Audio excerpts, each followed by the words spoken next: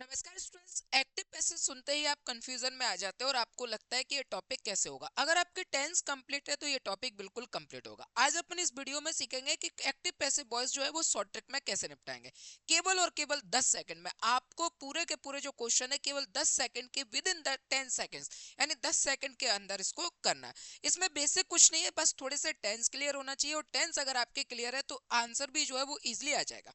रट रट कर परेशान हो गए कि किस तरीके से हम रटते रहते हैं, क्वेश्चन को बनाएं कि क्या करें क्या नहीं करें, ये सारी चीजें करते रहते हैं। लेकिन जब क्वेश्चन एग्जाम में आ जाए तब हमें क्या करना चाहिए, उसके कुछ बेसिक से रूल्स है और जाना कुछ भी नहीं है। हर कोई कहता है सबसे पहले आपका क्या टेंस क्लियर होना चाहिए। सबसे पहला टॉपिक क्या है कि टेंस क्लियर होना चाहिए। क्या एक्टिव और पैसिव के लिए जरूरी है कि टेंस ही क्लियर होना चाहिए? टेंस के अलावा कैसे करेंगे? चलिए मान लीजिए कि अगर टेंस क्लियर हो गया तो एक्टिव पैसिव कैसे करेंगे, उसके ऑप्शन में से आंसर कैसे लेके आएंगे, तो ये सारी चीजें भी होती है। तो इसमें गलती नहीं करना है, क्या समझे। टेंस, अगर आपका टेंस क्लियर है बहुत अच्छी बात है। इसके बाद में अगर आपको देखना है कि यार मुझे पैसिव तक पहुंचना है और एग्जाम में मुझे क्वेश्चन करना है तो मैं कैसे करूं, आपको सिर्फ कीवर्ड्स पकड़ना है। सिर्फ कीवर्ड्स पकड़िए और कीवर्ड्स अगर आप पकड़ते हो तो आंसर आपका हाल के हाल आ जाएगा। जब भी अपन एक्टिव से कभी भी पैसिव बनाते हैं, ठीक है, एक्टिव से जब भी अपन पैसे बनाते हैं तो अपन हेल्पिंग वर्ब हमेशा नेक्स्ट टेंस के लेते हैं। जैसे अगर यहां पर लिखा है वर्ब की फर्स्ट फॉर्म प्लस एस या ईएस, तो ये किस में बनेगा, पैसे बनेगा इज एम आर। ये लिखा है इज एम आर। अगर मान लीजिए कि एक्टिव जो है वो इज एम आर में है तो पैसिव इज एम आर में ही बनेगा और साथ में अपन किसका प्रयोग करते हैं, बीइंग का। इस तरीके की छोटी छोटी जो चीज है वो आपको इंगेज करना है, समझना है कि यार कैसे हमको यूज करना है और कैसे। आप एक चीज समझते होगे, आपको पढ़ाया होगा, आपने रटा भी होगा कि पैसे बॉयज जब भी बनाते हैं तो उसमें बाय होता है। बाय के अलावा भी पैसे बॉयज में बहुत सारी चीजें होती है जिन्हें अपन बिल्कुल शॉर्ट फॉर्म में पकड़ना होती है।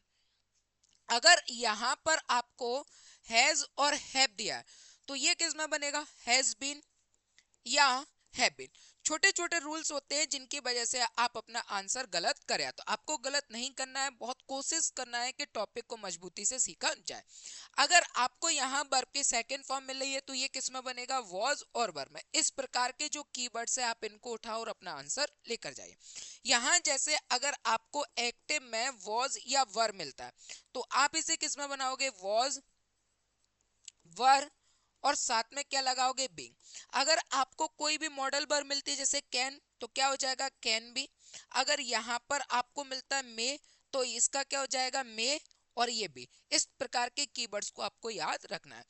आपको ये देखना है पूरे सेंटेंस जब भी आपको ऑप्शन मिले तो ऑप्शन में ये नहीं है कि बाय मिल रहा है तो ये आंसर हो जाए। वही बाय के अलावा भी बहुत सारी चीजें होती है, बाय के अलावा भी पैसे पॉइंट्स में जिंदगी डली हुई है। तो ये सारी चीजें नोट डाउन कर लेना। अपन केवल शॉर्ट ट्रिक्स का यूज करेंगे और अपना आंसर लेके और आगे बढ़ेंगे, ठीक है। यहाँ अपन को रटना नहीं है और ना ही अपन को ये समझना है कि टीचर बनना है और टीचर बन के अपन सबको पढ़ा रहे हैं, ऐसा भी आपको नहीं करना।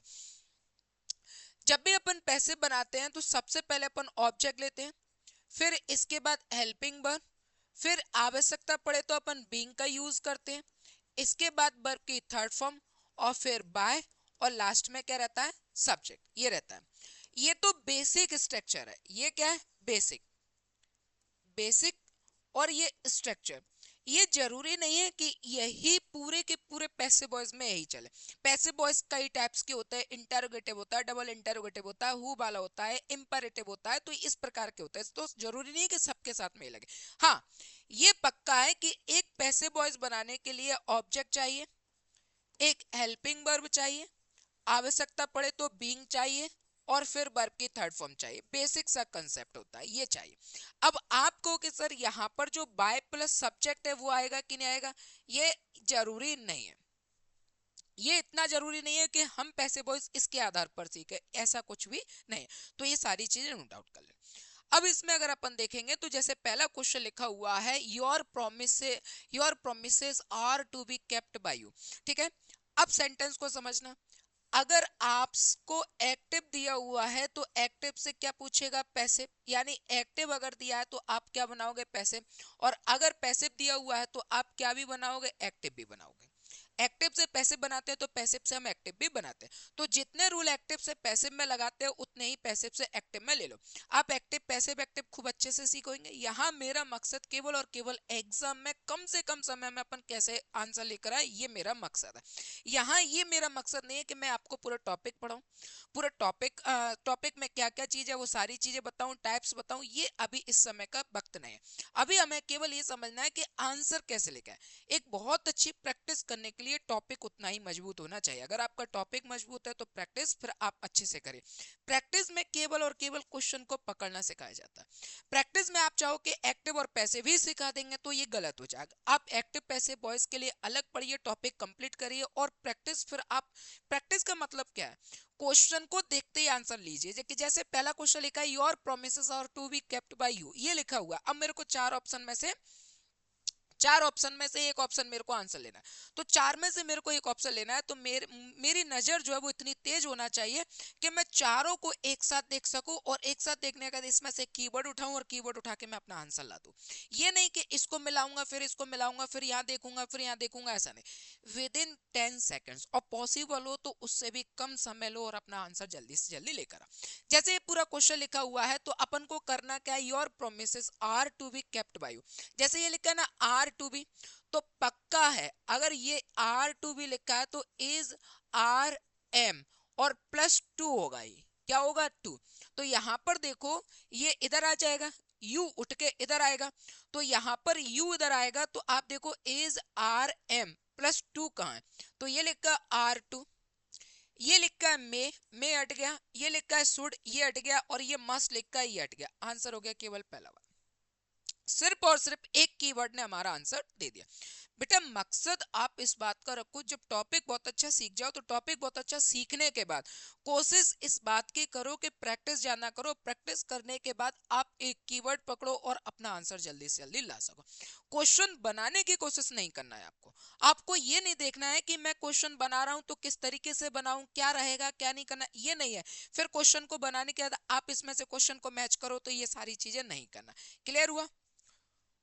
बहुत ही कम समय में अपना आंसर लेकर आना। चलिए अगला question, he opens the door. अब एक तो ये क्वेश्चन को बना सकते हैं और सबसे अच्छा तरीका ये है कि वर्ब के फर्स्ट फॉर्म प्लस एस या ईएस। ठीक है, अगर ये वर्ब के फर्स्ट फॉर्म प्लस एस या ईएस है तो ये किस में बनेगा, इज एम आर। आप उठाओ इज एम आर कहाँ है, यहाँ पर बिल भी है, ये हट गया, ये वॉज है, ये हट गया, ये इज है, ठीक है, ये बिल भी है, ये हट गया। आंसर हो गया केवल थर्ड वाला।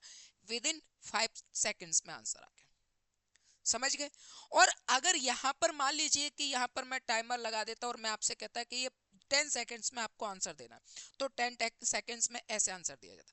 जब प्रैक्टिस करोगे तो एक समय ऐसा भी आएगा कि 10 सेकेंड से भी कम समय ले लोगे, 5 मिनट्स 5 सेकेंड ले लोगे, 3 सेकेंड ले लोगे, 6 सेकेंड लोगे, मतलब कैसे भी करके 10 से कम लेकर आना। और जब और जितनी ज्यादा प्रैक्टिस उतना समय कम। ओपन्स लिखा भर की फर्स्ट वन प्लस ऐसे इज एम आर में बनेगा, चारों में देखा केवल एक में आंसर होगा। कोई भी क्वेश्चन को हमें किसी भी क्वेश्चन को हमें फॉर्मेट के हिसाब से बनाने की जरूरत नहीं है। अगला क्वेश्चन लिखा है the task should have been completed by the student. कोई बात नहीं है, जैसे यहाँ पर लिखा है शुड हैव बीन। अब हमें पता है कि यहाँ पर बाय और सब्जेक्ट लिखा हुआ है ना, तो इसका मतलब ये सेंटेंस किस में है, ये सेंटेंस है पैसिव। ये कौन सा है, पैसिव। अब अगर ये पैसिव है तो अपन किस में बनाएंगे, एक्टिव में। तो जितने रूल एक्टिव से पैसिव में लगते हैं उतने रूल आप हटा लो, तो एक्टिव पैसिव से क्या मिल जाएगा आपको, एक्टिव मिल जाएगा। क्या लिखा हुआ है, शुड हैव बीन। अगर आपको ये लिखा मैंने एक्टिव और ये मैंने लिखा पैसिव। अब अगर अपन दोनों चीजों में देखेंगे तो यहां पर लिखा हुआ है शुड और हैव बीन। ठीक, अगर यहां पर एक पैसिव में शुड हैव बीन लिखा हुआ है ना, तो एक्टिव में आपको सिर्फ और सिर्फ शुड हैव चाहिए। एक्टिव में क्या चाहिए, शुड हैव। आप उठाओ शुड हैव, देखो कहां पर है, ये अकेला शुड है हट गया, ये शुड हैव है, ठीक है, शुड बी है और ये शुड हैव है, दो हो गए, दो हट गए, दो ऑप्शन बचे, दोनों को मैच करोगे the student should have completed the task और कंप्लीट। शुड हैव के साथ में वर्ब की कौन सी फॉर्म होती है, थर्ड फॉर्म। ठीक, और ये वर्ब ये लिखा शुड हैव के साथ में कंप्लीट कौन सी फॉर्म है, फर्स्ट फॉर्म। हमें किसी भी मॉडल के साथ, किसी भी मॉडल और वर्ब्स के साथ में, ठीक है, अगर हैव जुड़ा हो तो हमेशा याद रखना वहां फिर वर्ब की थर्ड फॉर्म आती है, तो ये वर्ब की फर्स्ट फॉर्म है, ये हट गया, आंसर हो गया हमारे पास सेकंड वाला। तो ये तरीका आपको अप्रोच अपनाना चाहिए। एग्जाम एक्चुअल में एसएससी जैसे एग्जाम को पास करने के लिए मेहनत तो चाहिए, ठीक है, मैं ये नहीं कहूंगा कि बड़ी बात नहीं कहूंगा कि मेहनत नहीं चाहिए, स्मार्टनेस चाहिए, ये चाहिए वो चाहिए, मेरा मतलब ये है सब चीजें चाहिए।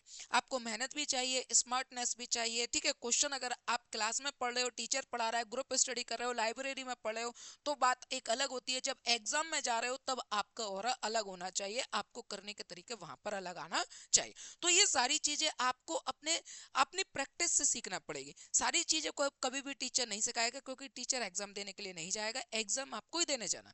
हम आपको रास्ता दे सकते हैं, चलना आपको रहे। अब आपको कैसे चलना है ये आपके ऊपर। अगर सिलेक्शन चाहिए तो आपको सिलेक्शन के हिसाब से चलना पड़ेगा, और नहीं चाहिए तो फिर आप अपनी मटर मस्ती या जो भी है किसी भी तरीके से एक्सक्यूजेस कर सकते हो, कोई दिक्कत वाली बात नहीं है। आंसर आया। अगला अगर अपन देखें, I know that he did not, he did the work. यहां से एक्चुअल में यहां से दो सेंटेंस हो रहा है, इसको आगे रखा, इसको पीछे रखेंगे, तो that he did the work, तो दैट सब में है, द वर्क से बनेगा, तो ये डिड है और ये डिड है, ये दोनों हट गए, द वर्क, ठीक है। अब यहां पर देखोगे डिड है, डिड मतलब वर्ब की कौन सी फॉर्म, सेकेंड फॉर्म, और सेकेंड फॉर्म किस में जाएगा, वॉज या वर में। आप देखो वॉज वर्क कहाँ है, वॉज और ये इज है, ये हट गया, आंसर हो गया थर्ड वाला। कोई भी क्वेश्चन हमें बनाने की जरूरत नहीं है, क्योंकि आपसे रिटर्न नहीं पूछा जा रहा, आपको ऑप्शन दिए जा रहा है, और ऑप्शन दिए जा रहे हैं ना, तो ऑप्शन देने में सबसे अच्छा तरीका तो यही है कि यार एक तो आंसर वो दे ही रहा है, हमें केवल फाइंड करना है, हमें केवल और केवल उस दिए गए ऑप्शन में से केवल हमारा आंसर टिक करना है, हमें क्वेश्चन को बनाना नहीं है। तो क्वेश्चन अगर आपको कोई क्वेश्चन बनाना नहीं भी आ रहा होगा ना, अगर आप इसको स्ट्रक्चरल फॉर्मेट नहीं कर पा रहे हो, तो भी आप आंसर ला सकते हो। इसके लिए ये जरूरी नहीं कि बहुत हाई लेवल की इंग्लिश आती होगी या नहीं आती होगी, इसकी भी कोई जरूरत नहीं। क्या वो टॉपिक आता ही होगा कि नहीं आता होगा, या वो टाइप आता ही होगा कि नहीं आएगा। जैसे पैसिव वॉइस एक टॉपिक हो गया, उसके अंदर बहुत सारे टाइप है, तो क्या हम हर टाइप आता है कि नहीं आता है। एग्जाम में बहुत सारी टेंशन रहती है, वहां पर कोई टाइप है नहीं आ रहा दिमाग में, एट प्रेजेंट नहीं आ रहा, बाद में हमें बहुत अच्छे से आ जाता है, कोई बात नहीं, तो क्या करें, आपको चार ऑप्शन दिए, आप इस क्वेश्चन को बनाने की कोशिश नहीं करना, आपको चार ऑप्शन दिए, चार ऑप्शन में से ये देखो कि मेरा आंसर किस पे जा रहा है। तो अब आंसर भी लेके आ रहा है, तो यानी कोशिश तो वही करना पड़ेगी, हमें बनाना तो पड़ेगा, स्ट्रक्चरल फॉर्मेट तो करना पड़ेगा।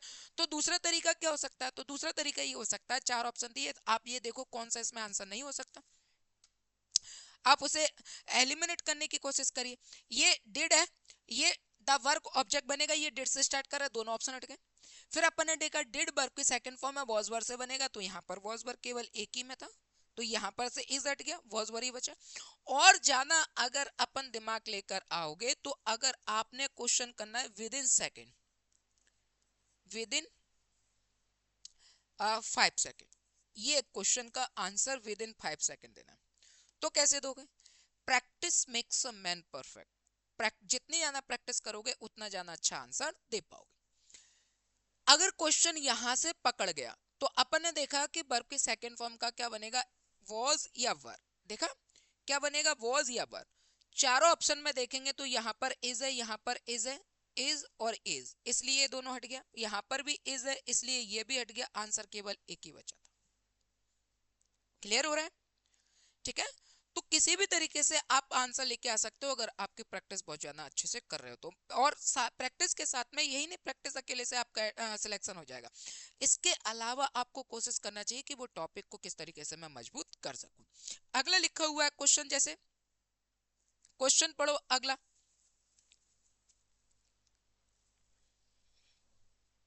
देखिए क्वेश्चन लिखा था historical society build the museum, ठीक है, कोई बात नहीं, द हिस्टोरिकल सोसाइटी क्या हो गया हमारे लिए सब्जेक्ट, यहाँ बिल्ड की बात करें वर्ब की सेकंड फॉर्म, और ये क्या हो गया हमारे लिए ऑब्जेक्ट। तो जैसे अपन ने देखा कि ये वर्ब की सेकंड फॉर्म है, ये कौन सी फॉर्म है, वर्ब की सेकंड फॉर्म, और वर्ब की सेकंड फॉर्म किसमें पैसिव किसमें बनेगा, वॉज या वर में, किसमें बनेगा, वॉज या वर में। आम वॉज वर, देखो द म्यूजियम वॉज और ये वॉज, ठीक है, ये हैज बीन है और ये इज है, ये दोनों ऑप्शन हट गए, एटलीस्ट कम से कम दो ऑप्शन आपके हट गए। अब कितने बचे, दो बचे। ये वर्ब की सेकंड फॉर्म है, क्या आएगा, वॉज वर। अब दोनों में देखोगे यहाँ पर वॉज है और यहाँ पर वॉज के साथ में क्या, बीइंग, हमें बीइंग नहीं चाहिए, हमें केवल वॉज वर चाहिए, तो ये ऑप्शन हट गया, आंसर हो गया हमारे पास फर्स्ट वाला। बीइंग कब चाहिए होता है? जब एक्टिव का टेंस हो, एक्टिव और ये पैसिव। अगर एक्टिव का टेंस वॉज या वर, वॉज या वर में दिया हो तो यहां पर आता है वॉज या वर, और साथ में अपन किसका प्रयोग करते हैं? बीइंग का। अब करते हैं, पर यहां तो केवल सेकंड फॉर्म है, और अगर आपको केवल सेकंड फॉर्म दिया है तो आप किस में बनाओगे? वॉज या वर में, तब बीइंग नहीं लगेगा। तो आंसर आपका बहुत इजी है बेटा, एसएससी में इंग्लिश निकालना बहुत इजी है। एक्चुअल में किसी भी टॉपिक को करना बहुत इजी है, बस आपके अंदर इच्छा होना चाहिए, आपके अंदर मजबूती होना चाहिए कि मैं यार इस टॉपिक को मजबूत करूंगा, इस सब्जेक्ट जो है उसको बहुत अच्छा करूंगा।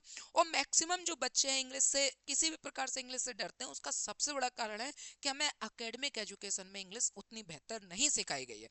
फिर बाद में जब अपन कंपटीशन में आते हैं और फिर अपन देखते हैं कि यार इंग्लिश क्या है, इंग्लिश तो लेवल बहुत हाई है, और फिर उसमें भी बहुत सारी चीजें होती है, जैसे हम थोड़ी बहुत सीख भी गए तो सीखने के बाद में इसका प्रोनाउंस ये होता है, इसका ये होता है, तो ये सारी चीजें भी चलती रहती है। फिर हमको लगता है कि यार जब हमें सही अक्षर वर्ड पढ़ना ही नहीं आ रहा तो हम इंग्लिश क्या सीखे? पहले सीख लो, फिर अपना सुधार कर लेना, कोई दिक्कत है। अगर ये हिस्टोरिकल लिखा हुआ है, कोई आपको कि इसको हिस्टोरिकल नहीं कहते, हिस्टोरिकल कहते हैं, हिस्टोरिकल कहते हैं, तो ये सारी चीजें बाद में भी सीख सकते हो। डोंट वरी, बी हैप्पी, अब बाद में भी सीख सकते हो, कोई दिक्कत नहीं है। ठीक है, पहले आप ये सीखो कि इंग्लिश कैसे आएगी, पहले आप सीखो कि मैं कैसे कंप्लीट करूं कि मेरा का टॉपिक कंप्लीट हो जाए, उसके बाद इसको क्या क्या नहीं पढ़ते हैं, ये क्या होगा क्या नहीं होगा सब बाद में। ठीक है, किसी ने कहा म्यूजियम होता है, अब हम तो सीधे, अपन तो सीधे छोड़े क्या है भाई, कहीं पर भी सीखा है तो पैसा पूरा दिया है। कहते ना टिक्की खाने भी जाते हैं, टिक्कियां भी खाने के लिए जाते हैं ना, तो सूखी पपड़ी लेके आते हैं। क्यों?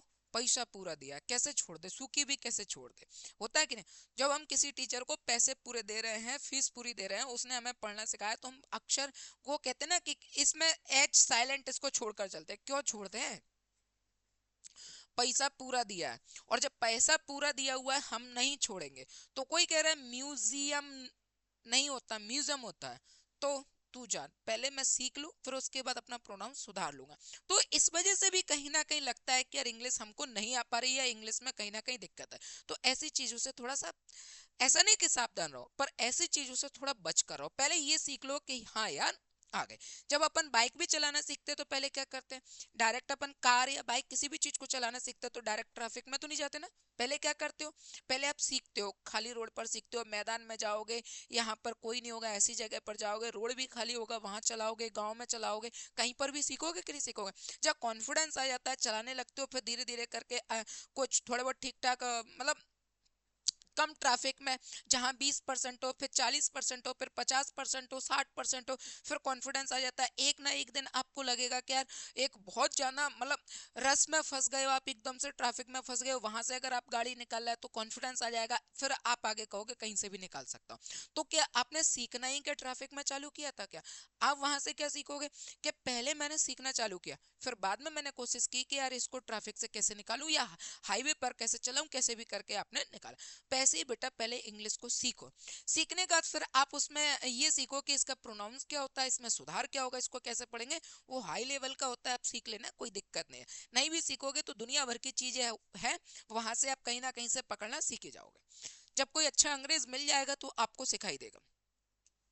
चले, I am going to bring him here, कोई बात नहीं, आई एम गोइंग टू, तो इस प्रकार का सेंटेंस अगर मिल जाए, is am are, is am are plus verb की फोर्थ फॉर्म, वर्ब की फोर्थ फॉर्म आईएनजी, और साथ में मिल जाए टू, तो इसको अपन चेंज करते इज एम आर। ठीक है, इज एम आर और वर्ब की ये फोर्थ फॉर्म, इसके बाद टू, और टू के बाद अपन किसको ऐड करते हैं? बी, और प्लस वर्ब की थर्ड फॉर्म। ठीक है, अब आप इस केवल इसको देखो, he is going to bring है, बीइंग ब्रॉट है, ये दोनों ऑप्शन हट गए, he is going to be, देखो इज गोइंग टू बी मिल गया कि नहीं मिल गया? बी आ गया, और ब्रॉट क्या है? वर्ब की थर्ड फॉर्म, यहाँ पर बीइंग आ गया, बीइंग नहीं चाहिए, सिर्फ टू बी चाहिए, तो आंसर हो गया फर्स्ट वाला।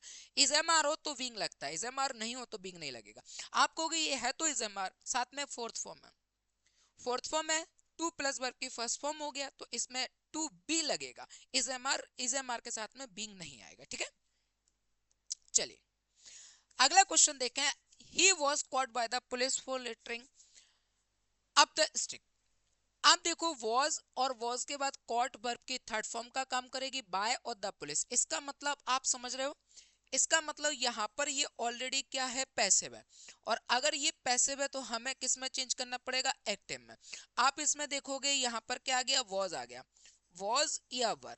अगर यहाँ वॉज वर आया है तो इसका मतलब सेंटेंस किस में जाएगा, वर्ब के सेकेंड फॉर्म में। आप सेकेंड फॉर्म उठा लो, यहाँ पर वॉज का वॉज नहीं होगा, हटा दो। ये कॉट क्या है, वर्ब की सेकेंड फॉर्म, कैचेस वर्ब की फर्स्ट फॉर्म प्लस एस या ईएस, और ये हैज और ये कॉट। हमें एस नहीं चाहिए, ये हट गया, ये हट गया, ये पहले हट गया, आंसर हो गया केवल सेकंड वाला। सिर्फ देखते ही आंसर आ रहा है। और ये सब चीजें आप एक ये मत सोचना कि आपको इंग्लिश कैसे आएगी, क्या है क्या नहीं है, आप इजिली सीख सकते हो यार। अच्छे से प्रैक्टिस तो करो, खूब मजबूती से पढ़ो, ठीक है।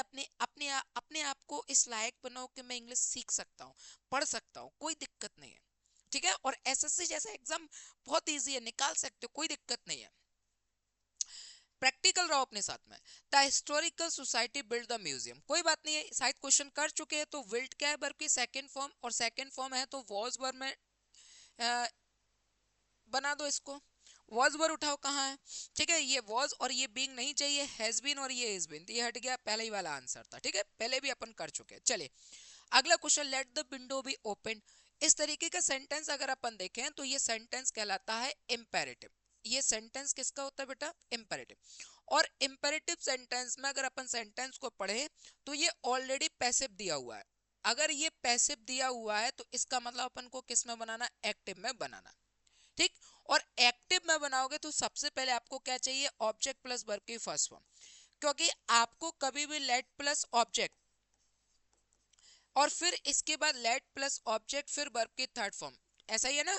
बी प्लस वर्ब की थर्ड फॉर्म, बी और प्लस वर्ब की थर्ड फॉर्म मिल जाए तो ये किस में चेंज होगा, वर्ब की फर्स्ट फॉर्म प्लस ऑब्जेक्ट। तो यहाँ पर वर्ब की फर्स्ट फॉर्म ये ओपनड लिखा, ओपनड क्या हो गई, थर्ड फॉर्म। तो ये इसका मतलब ये वर्ब है तो ये लिखा ओपन, और ऑब्जेक्ट क्या है, द विंडो, तो ये लिखा द, और ये विंडो। आप देखो कहाँ है, ओपन द विंडो पहले वाले में। क्योंकि यहां पर अगर आप देखोगे ना, ये लेट और यहां पर ये बी, ये तो पैसे बनाने में यूज होता है। अगर मैंने यहां पर लिखा लेट द विंडो बी और ये लिखा ओपन, यही कह रहे हो ना। अब लेट और बी तो एक्टिव से जब अपन पैसे बनाते हैं तब यूज करते हैं, रूल्स के अकॉर्डिंग इसमें यूज होगा। तो अगर ऐसा है तो अपन इसमें से लेट हटा दो और यहां से ये बी हटा दो, दोनों चीजें हट गई। तो इसका मतलब ये विंडो बचा जो कि ऑब्जेक्ट है, और ये ओपनड बचा जो कि वर्ब की कौन सी फॉर्म है, थर्ड फॉर्म है। अब इसको अपन सीधे फॉर्मेट में लिखेंगे, सीधे फॉर्मेट में लिखेंगे, पहले क्या चाहिए, वर्ब। तो वर्ब क्या हो जाएगी, वो भी फर्स्ट फॉर्म में, तो ओपनड का हो जाएगा ओपन, और ऑब्जेक्ट क्या है हमारे पास, द विंडो, तो ये लिखा ओपन द विंडो। आप देखो कौन से ऑप्शन में था, पहले वाला, ठीक है। चलिए अगला क्वेश्चन लिखा हुआ, they believe Veerappan to be dangerous. कोई बात नहीं, बिलीव लिखा है, वर्ब की कौन सी फॉर्म, फर्स्ट फॉर्म। अगर फर्स्ट फॉर्म है तो किस में ले जाओगे इसको, इज एम आर, ठीक है, इज एम आर में चेंज करेंगे। आप देखो इज एम आर कहाँ है, ये हैज बीन, ये कुड बी और ये कैन बी, ये तीन ऑप्शन हट गए, ये इज लिखा आंसर होगा। आप कहोगे सर क्वेश्चन कैसे बनाए, ये भी बता दीजिए। इसके लिए आप टॉपिक पढ़िए, और टॉपिक पढ़ने के लिए क्या है, आपको the Naval sir group of education application download करिए, वहां पर पेड कोर्स करिए। पेड कोर्स करने के बाद लाइव क्लास में जुड़िए, जहां पर शानदार तरीके से अपन टॉपिक कंप्लीट करेंगे। फीस केवल 799, सिर्फ 799 में आप कंप्लीटली कोर्स पढ़ सकते हैं, और बहुत अच्छे से। ये तो सिर्फ क्वेश्चन कराने का तरीका है, आप सोचो जब पूरे के पूरे टॉपिक सीखोगे तो कितने अच्छे से सीख सकते हो, ठीक है। चलिए अगला क्वेश्चन, अगला क्वेश्चन लिखा हुआ है, पेरेंट्स लव देयर चिल्ड्रन। कोई बात नहीं, ये जो लिखा हुआ है लव, वर्ब की कौन सी form, first form, change into is am are. अगर ये इज एम आर में है तो देख लो कहाँ है, ये विल बी और ये हैव बीन, ये दोनों ऑप्शन हट गए। ये आर और ये बीइंग, और ये आर और ये लव्ड क्या है, वर्ब की थर्ड फॉर्म। हमें इज एम आर चाहिए, सिर्फ बीइंग नहीं चाहिए, तो इसका मतलब ये हट गया, आंसर बचा केवल फोर्थ वाला। जितने भी ऑप्शन कोई सा भी क्वेश्चन ले लो, सिर्फ ऑप्शन से ही कंप्लीट होते जा रहे हैं, ठीक है। ये वाला कर चुके हैं, आगे बढ़े। आई कैन हेल्प यू, कोई बात नहीं, हाँ बिल्कुल मदद कर सकते हो। कैन को किस में चेंज कर दो, कैन बी में। कैन बी उठाओ, कहाँ है, ये कुड भी है, नहीं चलेगा, कैन बी, और ये कुड भी है, ये नहीं चलेगा। दो ऑप्शन हट गए, दो ऑप्शन बचे। अब दो ऑप्शन हट गए, दो ऑप्शन बचे, दोनों में क्या होगा इसको अपन देखेंगे। You can be help by you और यू कैन बी हेल्प, ठीक है। तो कैन भी आएगा पैसिव वॉइस में, वर्ब की कौन सी फॉर्म, थर्ड फॉर्म, तो ये ऑलरेडी वर्ब की कौन सी फॉर्म है, थर्ड फॉर्म, और हेल्प क्या है, वर्ब की फर्स्ट फॉर्म, तो ये नहीं होगा, आंसर हो गया अपने पास सेकंड वाला। सिर्फ देखते हैं। अब मान लीजिए कि ये क्वेश्चन आया हो, ये तो मैं आपको भले ही क्वेश्चन मैं करा रहा हूँ, फिर भी इसमें आपको क्वेश्चन को पूरा थोड़ा बहुत डिस्क्रिप्शन दे रहा हूँ, समझा रहा हूँ। एग्जाम में आ जाए तो बस ऐसे देखना, I can help you, can का कैन भी, और वर्ब की थर्ड फॉर्म, पूरे एक ही ऑप्शन में सिर्फ सेकंड वाला देख रहा आंसर। जितना जितना आप अपने आप को बहुत इजी फील करोगे, जितना आप अपने आप को बहुत बहुत काम महसूस करोगे और प्रैक्टिस जाना करोगे, स्ट्रेस कम लोगे, उतना जाना आप सिलेक्शन के पास में आओगे। थकान भी होगी, बीमारी भी होगी, परेशान भी होगे, सारी चीजें होंगी, लेकिन जिंदगी एक लाइन में बदल जाएगी जब लिख कर आएगा कॉन्ग्रेचुलेशन यू आर सिलेक्टेड। तो बस इस लाइन के लिए बिल्कुल मेहनत करते रहो, बहुत मेहनत करते रहो, जितनी मेहनत करना है खूब करो, कोई दिक्कत वाली बात नहीं, ठीक है। बात बाकी तो आप मुझसे ज्यादा मोटिवेट हो तो मैं क्या मोटिवेट करूं आगे। आई लाइक हिम, कोई बात नहीं है, लाइक क्या है, वर्ब की फर्स्ट फॉर्म, वर्ब की फर्स्ट फॉर्म उठा लो, किस में जाएगा, इज एम आर में, और अगर ये इज एम आर में जाएगा तो इज एम आर देख लो, वॉज लाइक, ठीक है, वॉज नहीं होगा, इज बीइंग नहीं चाहिए, सिर्फ इज एम आर चाहिए, ये हट गया, ये हट गया, आंसर हो गया फोर्थ वाला, ठीक है। चलिए अगला अगर अपन देखें, I can teach Nalini, can का है, अच्छे से पता है, कैन बी प्लस वर्ब की third form, can be plus verb की थर्ड फॉर्म उठाइए, कैन बी नहीं है, कुड बी नहीं चाहिए, कैन बी, ये कैन बी और ये कैन बी।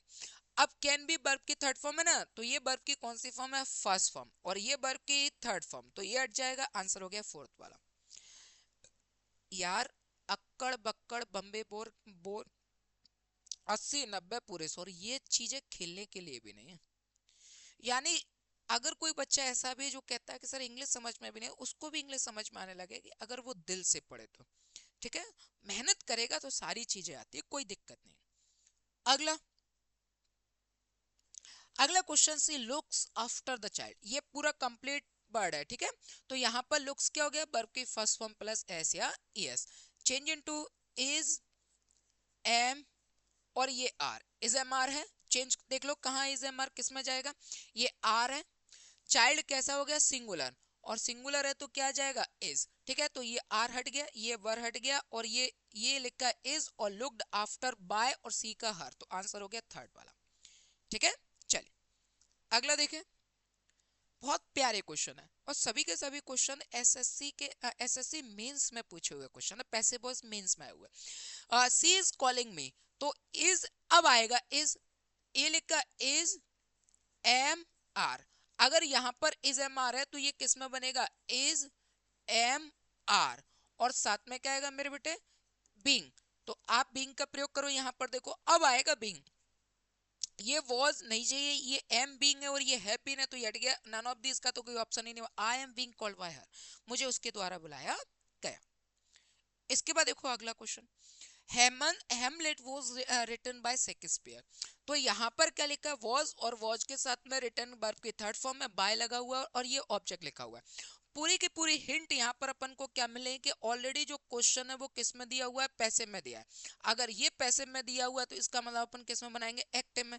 अगर यहाँ पर वॉज और बर, ये देखो यहां पर अगर आपको वॉज वर और प्लस वर्ब की थर्ड फॉर्म ले रहा है, तो इसका मतलब आप समझते हो कि एक्टिव किस में होगा, सेकंड फॉर्म में, और सेकंड फॉर्म में होगा तो इसको शेक्सपियर जो ऑब्जेक्ट बना उसको पहले लिख कर आ जाओ, ये हेड है, ये नहीं होगा, ये रॉड वर्ब की कौन सी फॉर्म है, सेकंड फॉर्म, वर्ब की कौन सी फॉर्म हो गया, सेकंड फॉर्म। आगे जाओगे थोड़ा सा और देख लो, ये राइट्स वर्ब की फर्स्ट फॉर्म प्लस एस या एस, और ये हैज के साथ में रॉड वर्ब की सेकंड फॉर्म लिख रहा है, अच्छे से पता है वर्ब की कौन सी फॉर्म आती है, थर्ड फॉर्म, तो ये हट गया, ये हट गया, आंसर हो गया हमारे पास सेकंड वाला। इतने प्यारे क्वेश्चन है कि आपको अपनी प्यारी सी नजरों से देखना है, और प्यारी सी नजरों से देखना है, और प्यारी सी नजरों से भापना है, और प्यारी सी नजरों में ही मुस्कुराते हुए आंसर दे देना, समझ गए।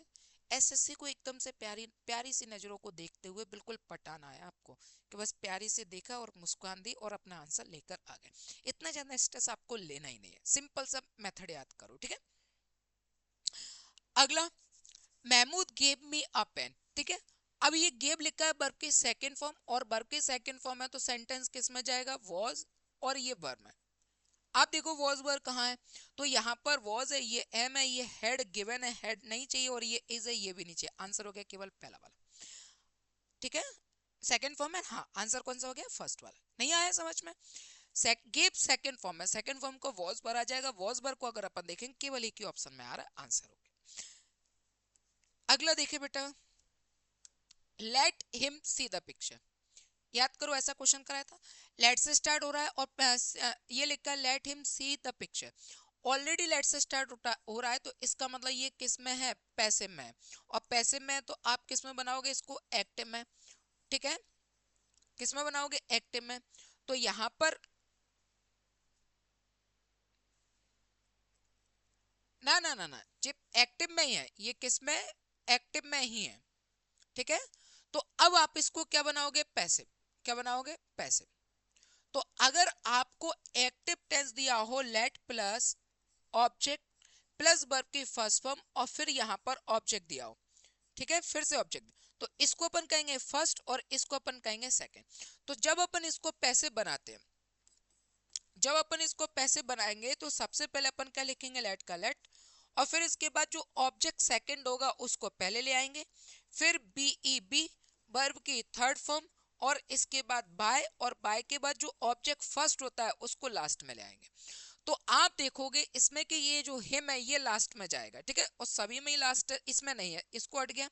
इसके बाद में यहां पर देखोगे let the picture be seen, अब ये बच्चा सी, सी किस में कन्वर्ट हो जाएगा, थर्ड फॉर्म में, ये वर्ब की फर्स्ट फॉर्म है, इसको कौन से में कर दोगे, थर्ड फॉर्म में। आप देखो थर्ड फॉर्म कहाँ है, द पिक्चर है लेकिन लेट से स्टार्ट नहीं हुआ, लेट द पिक्चर इज नहीं चाहिए, तो आंसर केवल कौन सा बचा है, फर्स्ट वाला, let the picture be seen by him, ठीक है। चल, ये थे आपके एसएससी सीजीएल मेंस में आए हुए क्वेश्चन।